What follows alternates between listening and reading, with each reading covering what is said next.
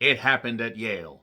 And if you put an SH in front of it, you get my exact opinion of After the Hunt, an Amazon original from filmmaker Luca Guadagnino, who did Call Me By Your Name, Bones and All, Queer, Challengers, one of my favorite movies of last year, and a very underappreciated remake, a reimagined Suspiria, however you say it. It even had a performance by Dakota Johnson that I actually didn't mind because she was able to play somebody that was just absolutely unhinged, quietly unhinged until she was completely unhinged by the end. But yes, Suspiria, really good. Luca, a tremendous filmmaker, and I was looking forward to After the Hunt. This got released in theaters a few weeks ago. I didn't get around to it because I was busy all of October with work, and also time got away from me, and it just dropped on Amazon, so I decided to check it out. So, basically, you have a student, Maggie, played by the very gifted A.O. Edebury from Bottoms and Theater Camp and The Bear, which I haven't seen any of, but I've heard she's really good. She's very, very funny and very good at drama and dramedy and stuff like that. So she plays a student that comes to her professor, Alma, not of the alma mater, or maybe that's the joke, har har, played by Julia Roberts, who I've never been the biggest fan of, but Erin Brockovich, Pretty Woman in particular, are two roles that she can always hang her hat on as pretty much tentpoles of her career. There's also other stuff that she did before Pretty Woman, but, more on that, like such as Steel Magnolias. Actually, Steel Magnolias was a pretty good role. Maybe I just don't really care for her as much as other people, but she is a pretty good actress. So, Maggie ends up talking to Alma about something that happened, and then a chain of events unfolds that exposes things about people that may or may not actually be true, but sometimes a lie can become the truth. So, it's less me too and more me snooze, as in this was making me snooze because while it certainly wants to dive into certain subjects, such as assault and power stuff in society, college, whatever, I understand what the film was trying to do, but the thing is, the movie will pretty much lose you within the first 40 minutes. It also has maybe an hour and 45 minutes worth of material, but is half an hour longer, and even at an hour and 45 minutes, it would have been struggling to fill that time. There are scenes that could have been cut down at least in half, or possibly cut down altogether. Luca is a tremendous filmmaker. There are some points in this film where there are certain sounds and music used that I guess is supposed to make you uncomfortable, because not everything is supposed to make you feel comfortable. That's one, that's a tagline, and also that's a line that's used a little bit later on.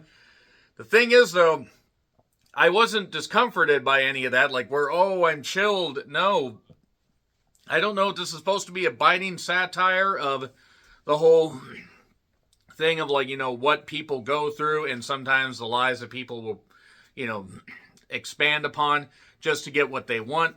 Or if it's meant to be taken seriously. I didn't really laugh. I didn't find this all that interesting. I found it more annoying than anything else, despite the talent. You have Andrew Garfield in this. Michael Stolberg, who's been good and stuff. You have Chloe Sevigny, thankfully not of the Brown Bunny variety, because nobody ever needs to fucking see that. And from there, you just have a hodgepodge of ideas that don't really get fleshed out, but they're also painfully stretched out, and beating you over the head with this stuff that has been done better in many, many other movies. A total misfire for Luca. So I'm going to get into spoilers really quickly. So 3, 2, 1, and spoilers. But I want to know what you guys have to say about this movie, because it was written by Nora Garrett, who has had some roles. She plays a character named Billy, Don't Be a Hero. And this is her first writing credit, and I'm sure she thought she was making something profound. And I wish her nothing but the best if she wants to continue writing. This ain't it, Chief. So, it happened at Yale. I mean, really just shit happened at Yale, in that there's just a big pile of shit right in the goddamn courtyard of Yale. So what's that metronome I hear? Perhaps the end is drawing near. You never hear the shot that takes you down, which I guess kind of is appropriate. It's also a deep cut for wrestling fans. And Luca, the metronome was overpowering the talking, which maybe was the point, but maybe the characters talking would have been interesting enough to draw us in. So, the 1980s style credits straight out of the Woody Allen playbook. I really hope Luca didn't take that much inspiration from Woody Allen, who did make some good films, and is also a fucking goddamn creep that really shouldn't be alive anymore. So, performative discontent was a theme of one particular scene. I called this movie full of performances disconnected from all forms of reality. So, there's an envelope of stuff that Maggie finds in Alma's bathroom, and Alma and Frederick are together, but also they're kind of living separate lives because Alma's trying to get tenure at Yale. Maggie is a student that's kind of coasting on the fact she has rich parents and really isn't trying, really isn't all that motivated, kind of a rich, bitchy kid. And Ao plays that thing very well. Ao. Luca does not have it here. Really does not have it. There's talk of the white male victim theme, and I'm not here to expand upon that beyond saying that it's almost insulting how they use it here. There are a lot of times, like, as a white person, trust me, we don't know what it is like to be victimized. Not compared to other people. I'm just saying that right there. So, Maggie is gay, with somebody named Alex, who, at least in the movie, is trans. Perhaps the actor actually is. No knock. Don't knock LGBTQ people. Let them live as they are. And Hank is there. Hank, who is played by Andrew Garfield, is a professor that's kind of sleeping on again, off again with Alma, but is also flirty with his other students. He ends up walking Maggie home. They have a nightcap, as Maggie says, and something happened. So, okay, now we need to break this down. Is Maggie telling the truth? Did she basically not appreciate, certain things that were said, and she decided to craft something? Or did Hank really take things too far? I would say there's a mystery, but there really fucking isn't, because nobody in this movie is really worth rooting for. So 28 minutes in, we basically get that, and then we almost have another 2 hours left of this movie. Alma wants to know the details. This needed several edits, is what I noted. Alma is unsure about getting her next book published on time. She's really just trying to keep her job going. Frederick does some kind of therapy. And he talks about, people come to therapists a lot, really not to have change, but to affirm the choices that they are making are right. And that's, again, pretty much a goddamn theme there. So Hank does end up talking to Alma, says he did drink with her, but that he knows she plagiarized some stuff, a project, and he confronted her about it, but he didn't actually do anything. So perhaps that's the reason why she crafted something, or he did both. So Alma's got to do what's right. But in doing so, something is going to come out about her past, something that she has tried to bury, something that might have been in some fucking envelope that Maggie ended up finding, which had a German article and a piece of, like, a handkerchief or something, or a little doily, whatever the hell that was. So, essentially, Alma decides to burn the envelope finally. Hank ended up getting fired. I'm moving through some of this stuff because a lot of it is just talking and just not even exposition. It's just people chattering and not really saying anything. When you got a lot to say and you don't really say anything at all, that's pretty much what this movie is. And Alma tries to play peacemaker. Hank's snapping and everything doesn't really help. I mean, granted, he got fired, and there's probably good reason for it. But Alma basically ends up talking to Maggie, says, if it's real to you, it's real. Maggie basically, she's kind of a little bit worried that things are gonna, escalate. And she is trying to get closer to Alma, so I thought we were going with a Tar situation, but unlike Tar, which was actually good and well performed, this has good performers, but no real substance to sink your teeth into. Tar also was about 20 minutes longer than this, and didn't feel like it. At least I think it was. I think it was about 2 hours and 40 minutes. So, her partner, Alex, aka Maggie's partner, comes back from like Boston or whatever, and they're together. Frederick is playing his music too loud in the next room. So while Alex is back at home, Maggie is talking to Alma. And Alma basically says to her, if you press charges, you're going to be seen as radioactive. You have to work within the system even if something did happen to you. Because even as a white woman, it would be difficult. But as a black woman, it would be more difficult to get jobs and stuff like that. So you weigh your options. Do you expose somebody that truly did something to you? Or do you just let it slide? Really, that shouldn't be an issue, and it shouldn't be a debate. Anybody that ends up assaulting somebody should face punishment. That's how it should always be. Some people get away with it. Sayers, played by Chloe, is a doctor who delays the information to Alma that basically Maggie talked to her about something. Oh, and one thing I forgot to mention, Alma's in a ton of pain because she's always got pain in her stomach. So she's taking pain medication, she's drinking, she's doing a lot of stuff, and we find out what that we find out what those things are a little bit later. I'll tell you right now, because fuck you, they're ulcers. Ulcers from stress, ulcers possibly from something that's exposed a little bit later on. Maggie's not too thrilled, by the way, with how Alma's not really backing her. And Maggie ends up actually slapping Alma at one point.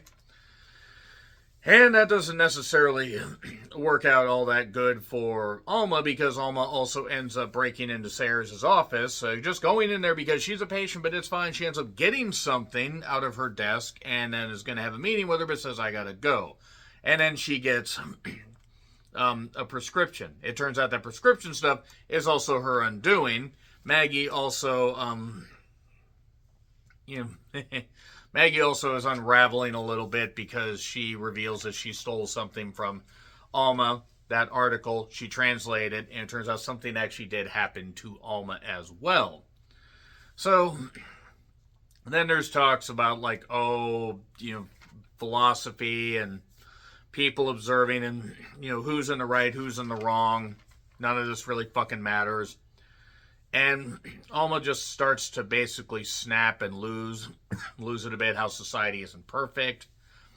And it turns out Alma basically has her tenure paused because she forged a prescription. Instead of just waiting to get the controlled substance, and maybe, I don't know, she was going to get that delayed a bit, and she really needed it because she was addicted, she ends up basically getting her tenure paused. Alma then calls Maggie a waste of resources, and then we get the slapping. So I mixed up my events a little bit there. I apologize. And then she goes back to her apartment. Alma goes back to her apartment, not Maggie's apartment. That would be weird. And Hank is there because Hank had the keys to the apartment because they've had an affair, this kind of stuff. Frederick knows about this, but they're still together. Whatever. And Hank had revealed also about the plagiarizing, and Alma knew about it. He's like, well, why didn't you say that you knew something about it? Well, I mean, there wasn't really all that important. Also, you flirted with a lot of students. Maybe you did end up doing this. I'm uncertain. Now, he says he didn't do it. Maybe he didn't. I don't really know or care.